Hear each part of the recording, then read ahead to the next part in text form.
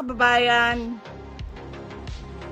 ulitin ko ang aking pagpapasalamat sa inyong suporta, sa inyong pagprotekta, at lalong-lalo na sa inyong pagmamahal. Nararamdaman ko yon. Mahal ko kayong lahat. Mahal ko itong bayan natin.